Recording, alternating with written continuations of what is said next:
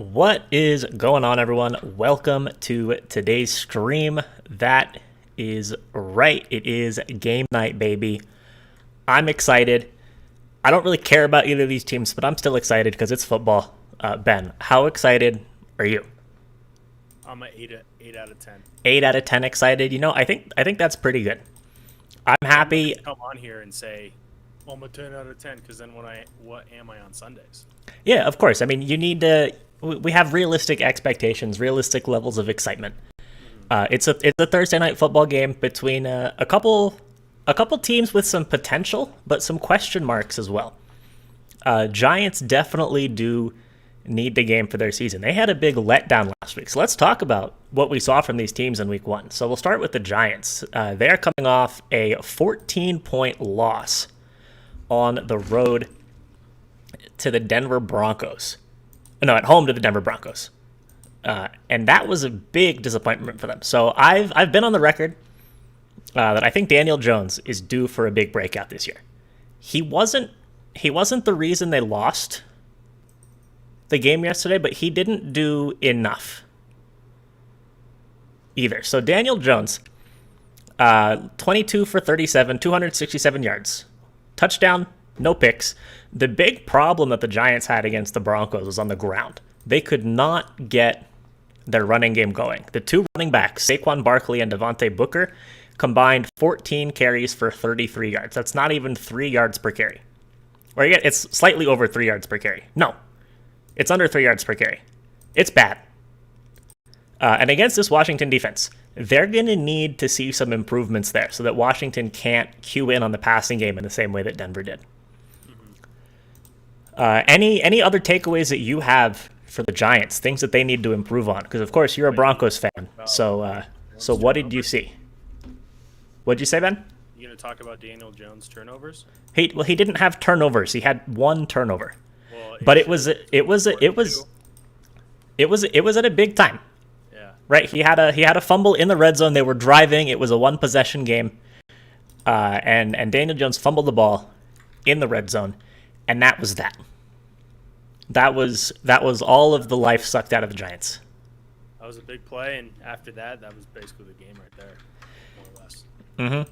So I would say that the Giants and Daniel Jones specifically definitely need to avoid turnovers today against Washington. I think that that's a big key for them to have a chance, not only covering the spread, but also to try and win the game as well. And I'm going to keep it real with you. I'm also a Daniel Jones fan, but I don't want to just overhype one game, but I mean, after this, there's only, of course, 15 games left in the season, and if they start 0-2 and he has, another performance where he doesn't exceed expectations, I mean, how much longer can we really wait for this guy to kind of take that step, right? It's worth the conversation. It really is. Mm-hmm. Yeah, he's doing enough, I would say, in his right moments to keep his team in the game, but he's got to do a little bit more to help his team win the game, and he definitely has to do a little bit less that contributes to his team losing the game, and that's those turnovers in key situations. Mm-hmm. Yeah. So let's talk about Washington. So Washington, of course, I believe the only team in the league quarterback change going into Week 2. And that is because of an injury to his hip, I believe, that Ryan Fitzpatrick sustained. So Taylor Heineke coming in and starting for the Washington football team today. So Heineke, former undrafted player out of Old Dominion, FCS Player of the Year back in his sophomore season when Old Dominion was still in the FCS before they moved up to the Sun Belt or to Conference USA. And he's been a guy who has been around as a backup but hasn't got a whole lot of opportunities. We're going to talk a little bit more about him later. But he's a guy that has some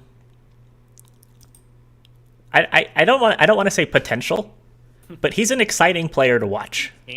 intangibles? He's got intangibles.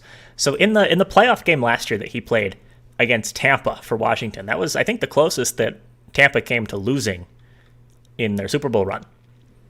Heineke, he showed some guts. He played with what we like to call big dick energy. Yeah. He's a guy that's easy to root for when he's out there.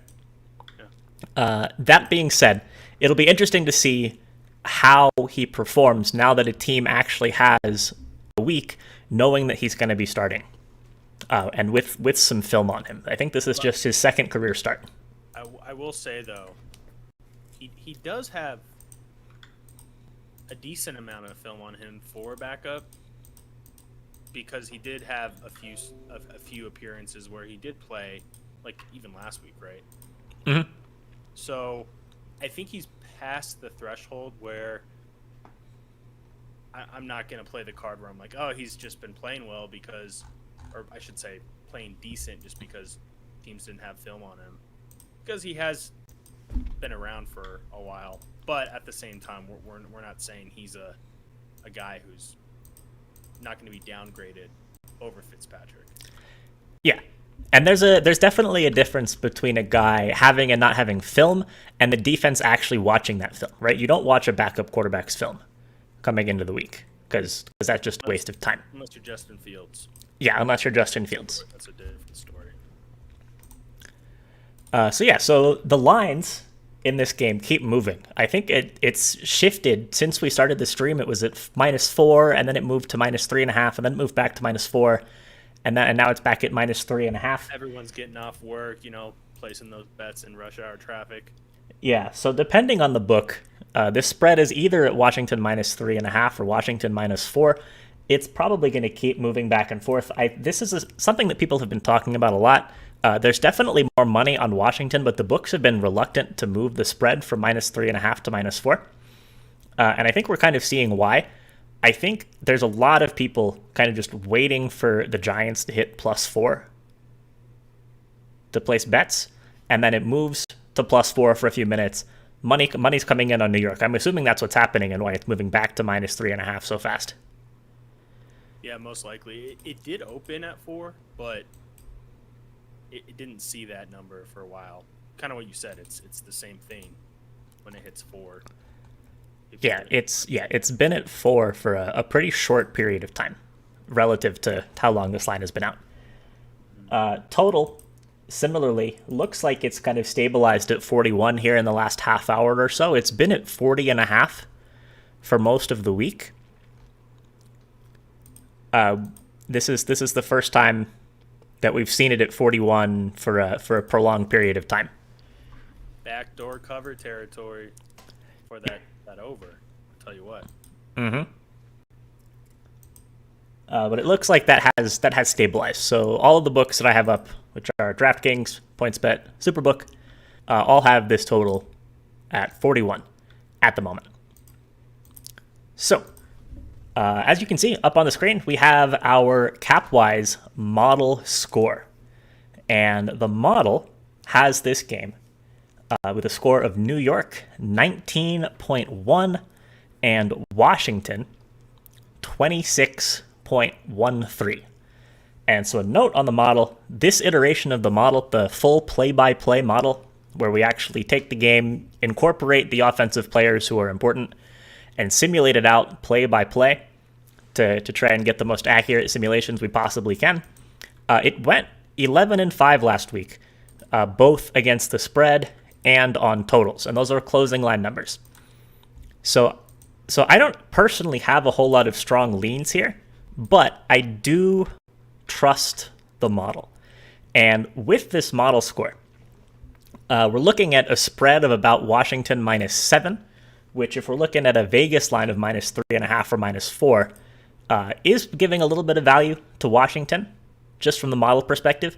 And from the total perspective, with these numbers, this 19.1 and the 26.13, that's a total of between 45 and 45.5. So again, we're looking now at like 4 to 4.5 points that the model likes the over by. Velocity says, what do you guys think about Gibson rush yards? We're going to get into the prop market in a few after we touch on the full game bets. So Ben, do you agree with the model? Do you disagree with the model? What are your reads? What are your leans for the spread and for the total? I can get down with it. So this is the second Thursday night game that we've done these streams this season, and at least for me personally, and I think for Nick for the most part, we typically won't love a total or side. Well, I should say side, right?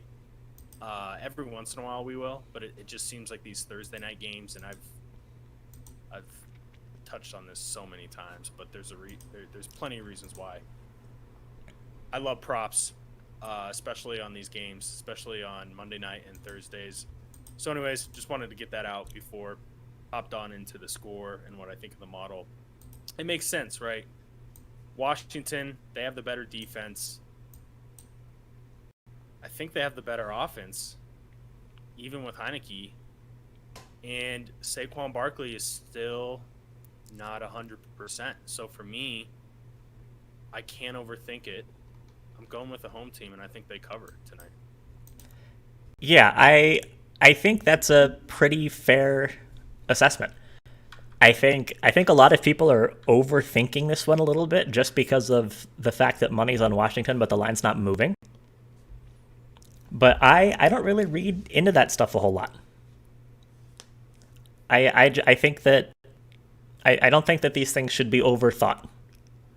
Yeah, if anything, it's a piece of the pie, right? But yeah, it is. It definitely a piece of the pie.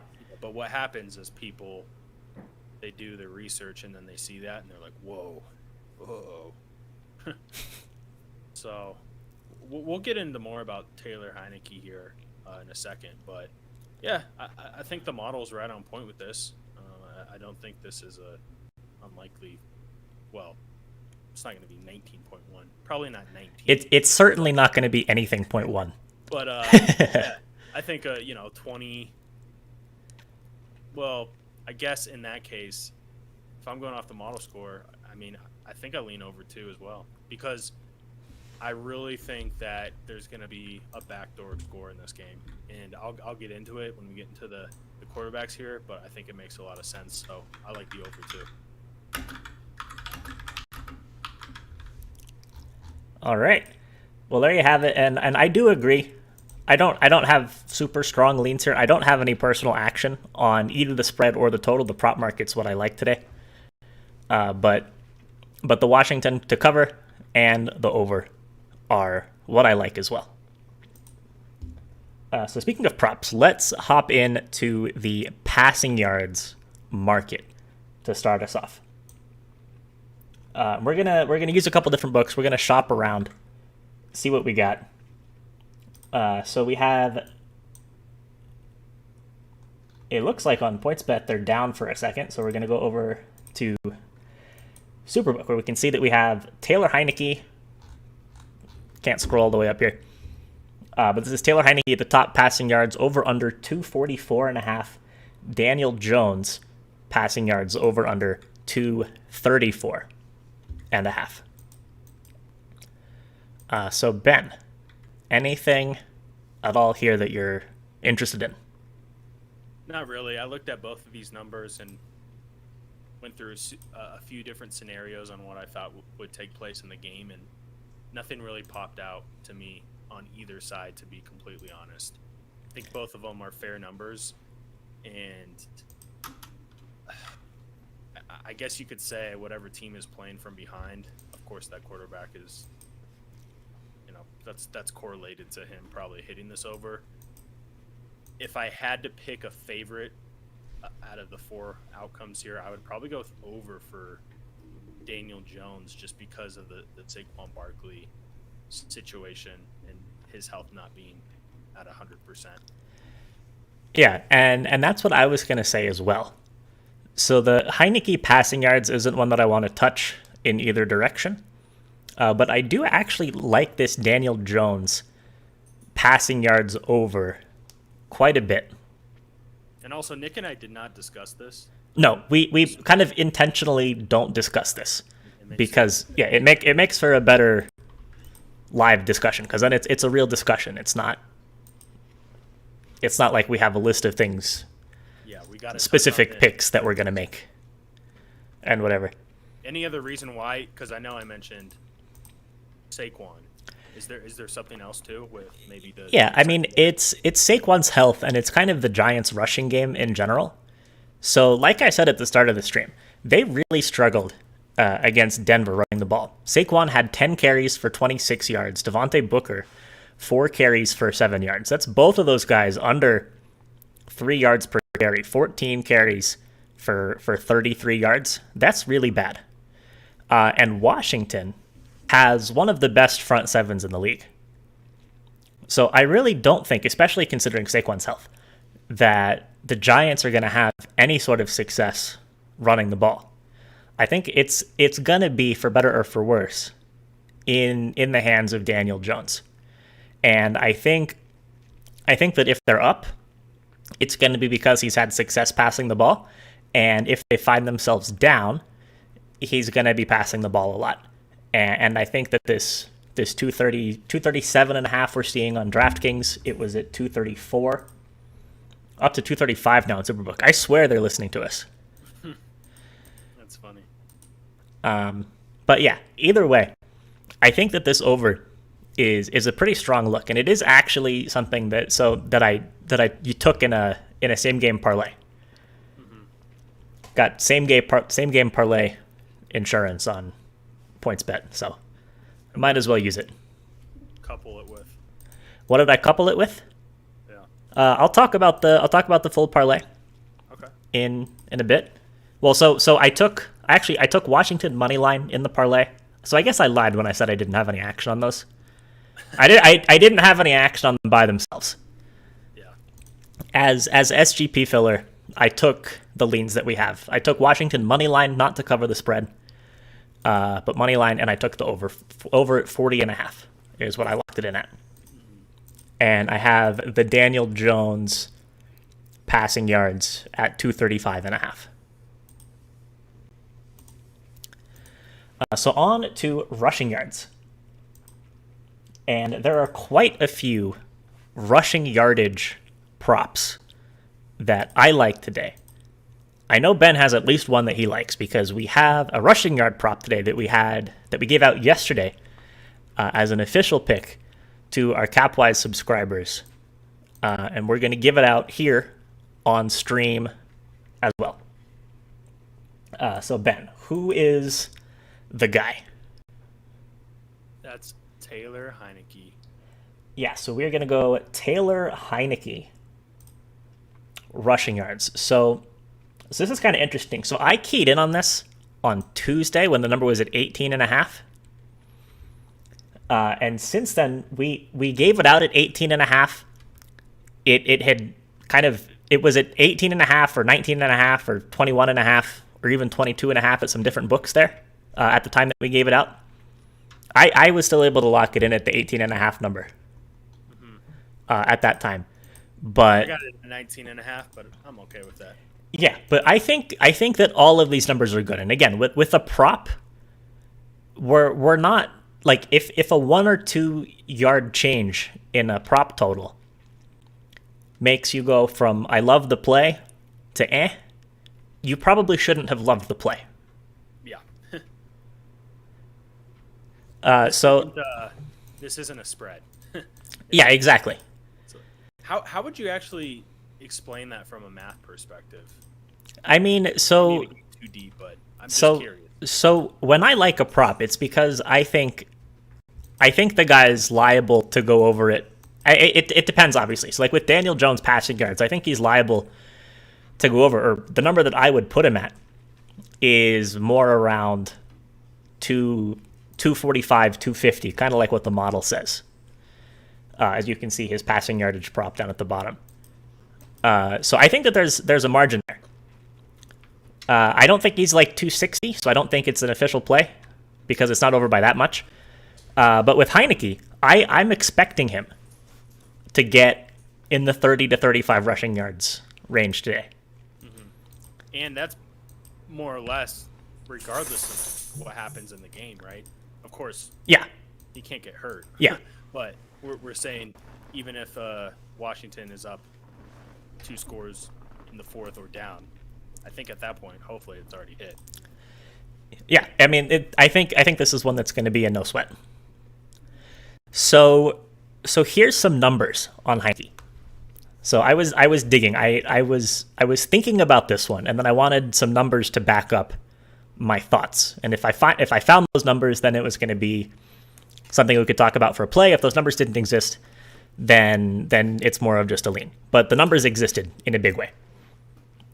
So Heineke, as I said, has played meaningful snaps in 4 games in his career.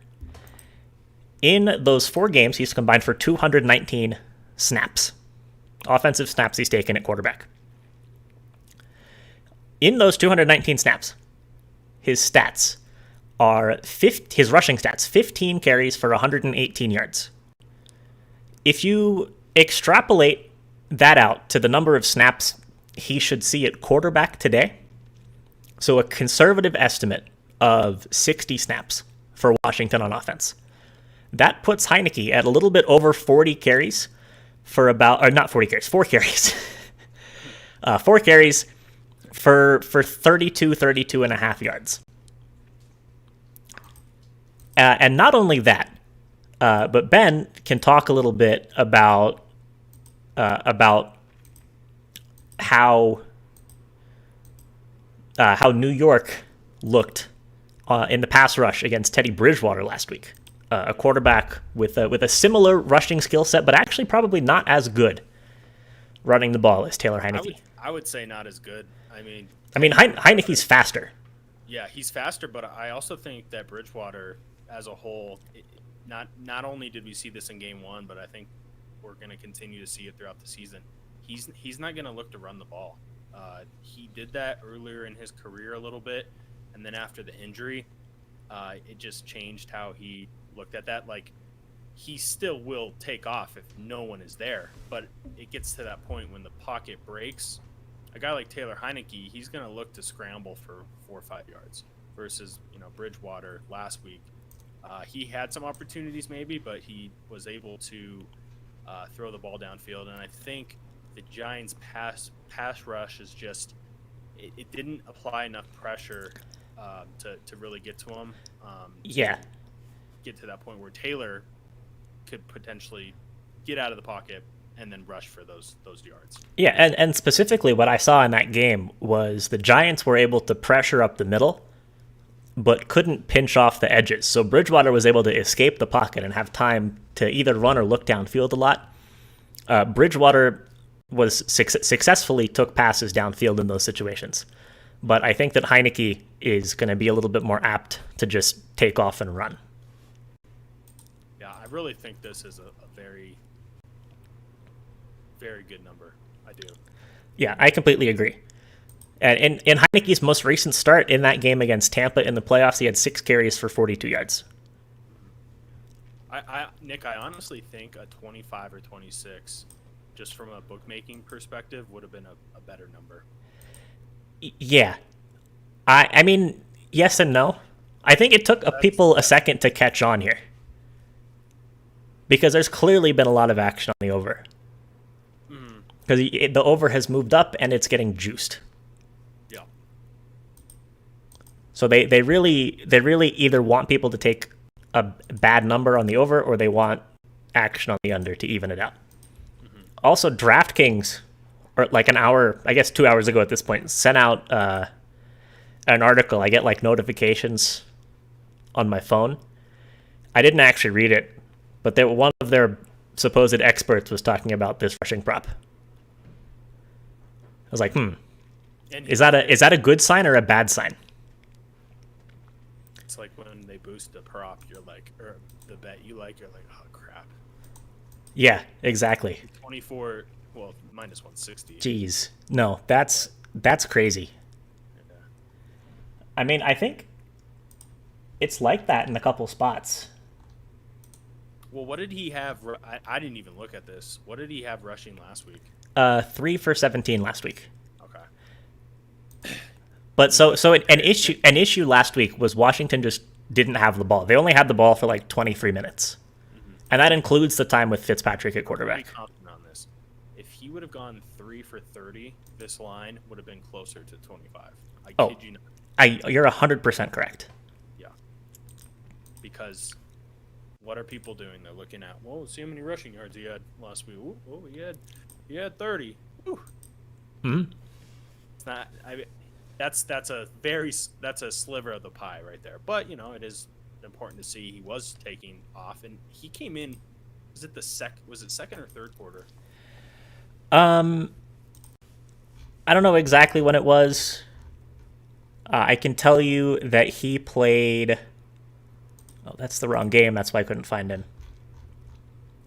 He played in, I think, 43. No, he played 39 offensive snaps. Okay. Late second quarter, maybe. Yeah, something like that. I mean, that probably into the second quarter. Doesn't really change a lot either way. But yeah, the point is that it's not a complete game's worth of stats. Yep. What about Daniel Jones? So Daniel Jones rushing yards is at. This is another one that's moved up, actually. I think that this opened at 20.5. And I'm seeing it up at 24.5 now on Superbook. It's at 25.5 on DraftKings. At this number, I don't really want to touch it. Yeah, I'm not touching it there. But I do lean over. I'm Yeah. not gonna lie. Yeah, I wouldn't bet the under here because I think that Jones is gonna be moving. But I don't think that this is a line that has a lot of value. So what about running backs? So Velocity asked earlier about Antonio Gibson. We've also got. I think this is another one that's been climbing up. I think everything's been climbing up in this game. I know. Do you know what's funny actually? So everything has been climbing up except for the game total.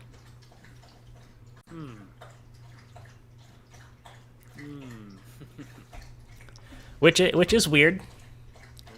But we're seeing incremental increases to all the props, but the game total's not moving. I guess with Daniel Jones, maybe Saquon Barkley's number dropped, and that's what's caused an increase for Jones. Yeah. But on Washington's side, doesn't make a whole lot of sense. So Nick, here's a little question for you. Yeah. This is a good thing to talk about. I'm showing a 71.5 on PointsBet at -135. Mm-hmm. If you have a choice, which I do, I can take the DraftKings number another yard, but I'm benefiting 25 cents of value. That's an easy take it on DraftKings. Okay, that's what I thought. Now, does it change if this rushing number or the yardage number was closer to 15? Like the gap between them? Let's say, Yeah. See, you have to think of it as a percentage, right? So, like, if he gets 71, or if he gets 72, so he hits on PointsBet, how likely is it that he gets 73 or more? It's quite likely. But if the number is lower, like if we're looking at Heineke, for example, right, then it's a different story because he's just going to have less volume. So there's less opportunities to get those incremental yards.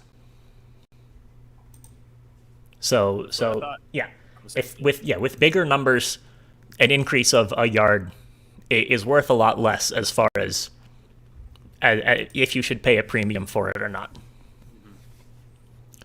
So to Velocity, and I already had this. I actually like the over for Gibson. Yeah, I like the over for Gibson quite a bit, and this is actually Gibson's rushing over. I have it at 75 at an alt line on PointsBet. Right now, Velocity, good timing. Oh yeah, we're talking about it right now. Talking about you too. Yep, and we're on the same page with you. We really liked Gibson's over Yeah. tonight. This is the last thing that I threw into my SGP. I couldn't put Heineke rushing yards in on PointsBet because they don't let you do that for some reason. But I have the Antonio Gibson rushing yards over. So I like that quite a bit. Yeah, and Nick, the biggest reason why I like it is Melvin Gordon looked like a all-pro out there, man. I mean, he's a great running back. Don't get me wrong, but I guess he had one, huge rush or whatever. But Gibson is more likely to find holes like that, and the Giants' defense is just susceptible to that. And also Javonte Williams, he ran pretty well too. More or less, Gibson's workload is going to be a combination of Gordon and Williams, I think, tonight. So yeah, a lot of runs. I completely agree. And Gibson got 20 carries last week. Mm-hmm. He doesn't need 20 carries to hit this over against the Giants defense. No. I think if he's in the 15, 16 carry range, I think this has got a pretty good shot. So as far as the Giants running backs are concerned, I'm pretty sure you agree with me, but I think it's just a spot to completely stay away from. I know people wanna try and be smart and just like guess on Saquon's health, but that's not a play that's smart in the long term. That's something that the teams know. Ezekiel Elliott in week 1, and it was a little different because it wasn't health related, but you knew going into that, and this is a different scenario, but similarities. You knew going into that the Bucs defense was going to be stout. His carries number looked so good, and then all of a sudden you didn't see him in the second half. I think with Barkley, it could be both ways, right? What if he looks good and they actually are going to give him 13, 14 carries, right? Vice versa. Mm-hmm. Maybe it's the same as what we saw in Denver, and I think there's only a handful of people in the world who know what's going to happen, and maybe Barkley doesn't even really know. So, yeah, I'm staying away from this number. I lean under though. Yeah, I mean, you have to lean under, just because of how likely it is that he's just not going to play for a good majority of the game. Yeah. But if aside from that, there's nothing there. Mm-hmm. Yeah. So let's take a look at some receiving yards props. So anybody that you want to check out specifically? McLaurin's interesting. And of course he's going to be a guy we have to talk about. 69.5, or sorry. 69.5. 69, yeah. So, man.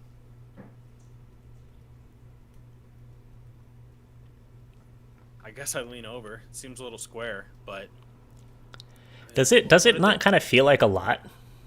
It does, but I just go back to the Giants defense, but I really have to ask myself, are they going to look like that again as they did in week 1?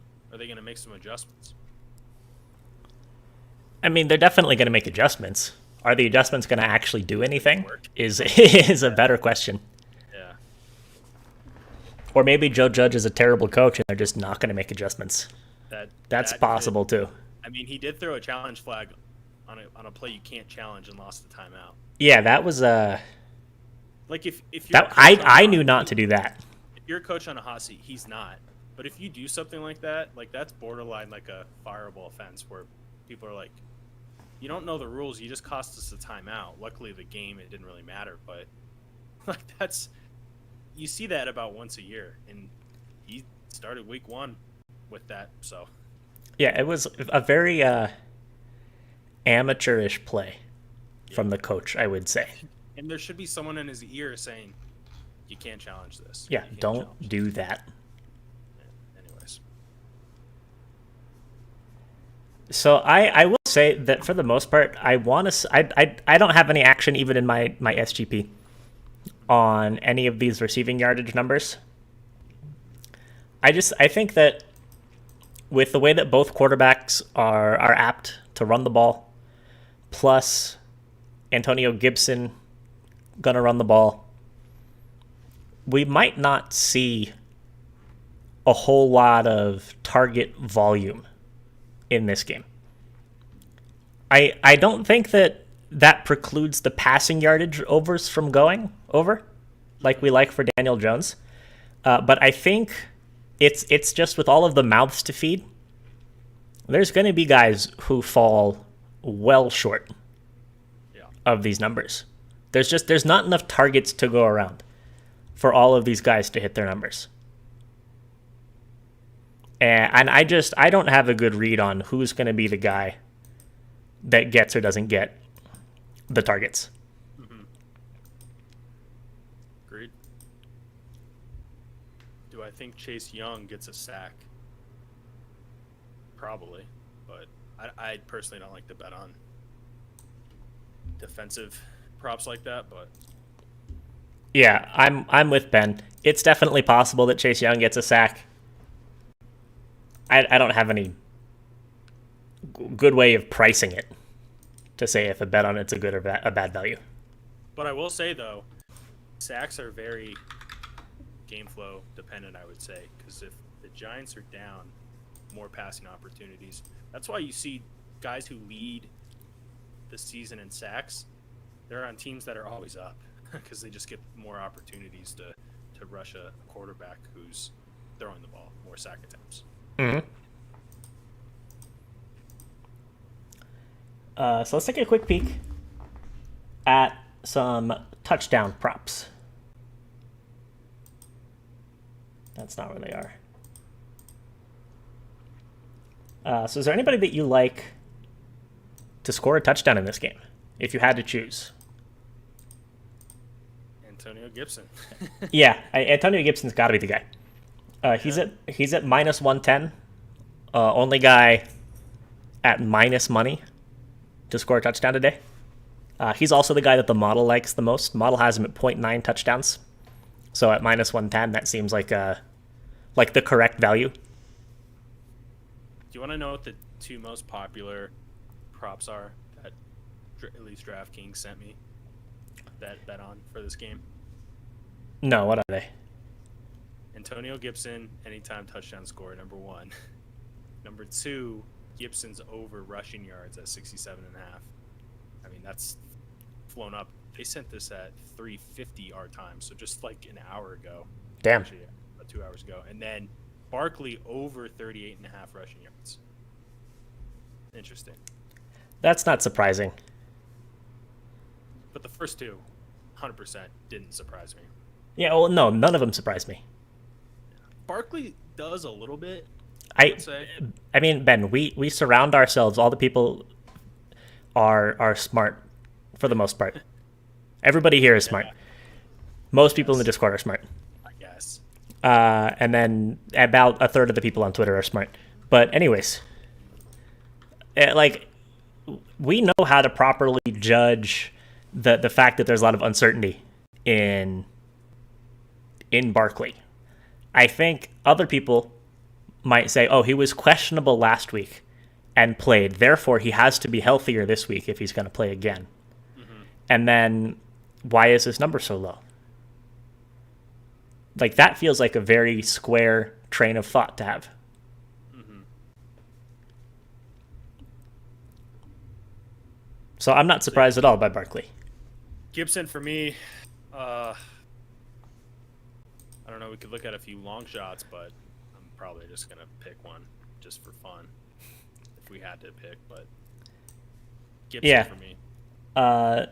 Kramer said Logan Thomas. He's definitely another interesting look here. Model has him at 0.4 touchdowns, I believe. So I think the plus 180 is kind of bad value from that perspective. You want more like a... Well, is that a bad value? No, that's a reasonable value, actually. It's reasonable. It's yeah. Not great.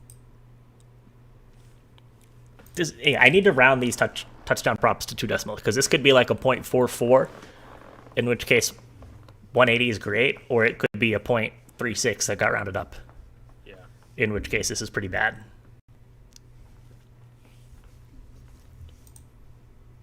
But yeah, I generally don't like playing touchdown props, just because I think that they're all kind of bad values. Mm-hmm. But they're fun, though. They are fun.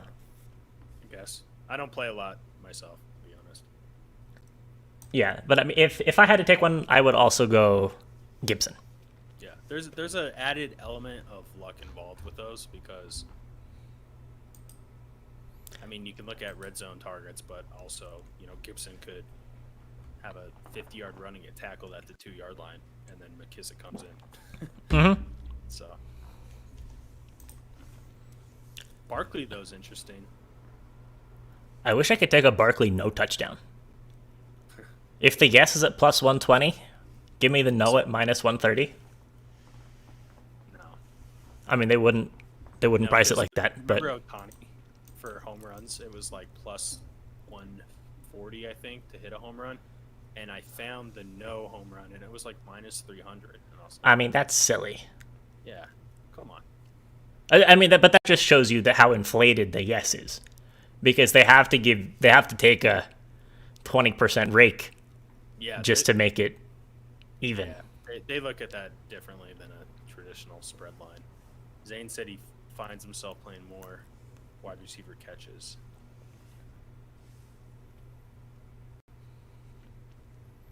I'll play him here and there. Yeah, sometimes I have a good read on those, like the receptions and completions and pass attempts markets, which all kind of go hand in hand. In this one, I don't. Yeah. I think if I were to have a lean, it would be like a Daniel Jones passing attempts over, which of course isn't a catches, but you could maybe find a guy to correlate that with. So that's all I got for the game. If anybody else has any questions in the next minute or two, feel free to let us know. But Ben, let's go ahead and talk about our favorite plays for the game. And I will say first that the Taylor Heineke rushing yards prop is off limits as our favorite play, because of course it's both of our favorite plays, because we gave it out as an official play. Want me to start it off? Yeah. So I just want to confirm that number for Gibson for the rushing total yards. 72.5? You can get a 73.5 on Superbook, and I believe it is 72.5. Yeah, still 72.5 minus 110 on DraftKings. I'll take that one. 72.5 over rushing yards for Antonio Gibson. I think he's going to have a big night tonight, and I'm hoping for 19, 20 carries. I think it's definitely a possibility. Yeah, I like it. And again, excluding the Heineke prop, which is the actual number one favorite for both of us, I am going to go ahead and take Daniel Jones passing yards over. This keeps moving up, but even at that number, that's fine. We'll go Daniel Jones over 236.5 passing yards. I think the Giants are going to be playing from behind, in which case he'll have to throw the ball. And if they happen to be playing from the lead, then it's also going to be because Daniel Jones had a successful day passing the ball. Yeah. So I think this is a pick that's not game flow dependent. I think it's a number that's 15 to 20 yards too low. That's a really good point, because either way, they're going to look for him to throw. Would you say, though, that if Giants are trailing, you would feel better about it hitting? I would say yes, especially late. If say the Washington football team is up 2 scores late, then I feel great about this. Yeah. Because that's when you play a kind of not lazy, but defense where you allow the quick 10-yard completions to avoid the long shot.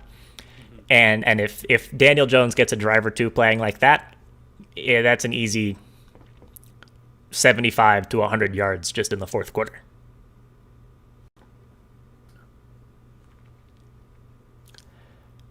Come on, boy. This is your day, this is your night, man. Yeah. So Thursday Night Football. I want to see it. Yeah, we'll see. I'm looking forward to the game. Any last words from anybody in the chat or from you, Ben? No, not really. It's gonna be an interesting game. I'm very curious to see Saquon and what they do with him, and also Galladay. I know we didn't really touch on it today. I didn't want to really because there's a lot of uncertainty, but we'll see if he can get going because I think when healthy, he's a very solid threat. But yeah, it's gonna be interesting to see how he plays tonight too. Yeah, definitely. Potential, I guess, bounce back spot for him. I mean, a little bit underwhelming just because the targets got spread out a lot for the Giants last week. But they definitely have some receiving options with big play potential. Yeah, I was just gonna pull up his stats from last week. So receiving last week, Shepard was the big guy. 7 catches for 113 yards and a touchdown. Galladay, 4 catches on 6 targets for 64. Slayton had 65 catches on 3 receptions. And then they had... How many targets did Galladay have? 6. Okay. Interesting. And the Giants also had 6 different guys with 1 or 2 catches. Mm-hmm. That could be a sneaky prop, the over. Yeah. I think the number's not too high. So the issue was his hammy, I believe. But it sounds like he's healthy. Yeah. I don't think that there were any injury concerns, like playing or not playing coming into the week. Yeah, those hammies are just so tough, right? Mm. It's like owning a Jeep, you know? Does that make any sense? Do I have to explain why? I mean, you have to explain that one to me. If you fix something and you think it's all good, Oh, and then all of I a sudden gotcha. something- I gotcha. And if you're a Jeep fan out there, I'm sorry. We have numbers that can prove that statement. I speak truth. Yeah, so we got about 10, 20 minutes to kick off. Gonna go ahead and hop off now. Gonna take the dog out before the game starts. There's Larry. Yeah, Larry decided to show up. Come on, man. We made the schedule for you and everything. It took me 5 hours. Just kidding.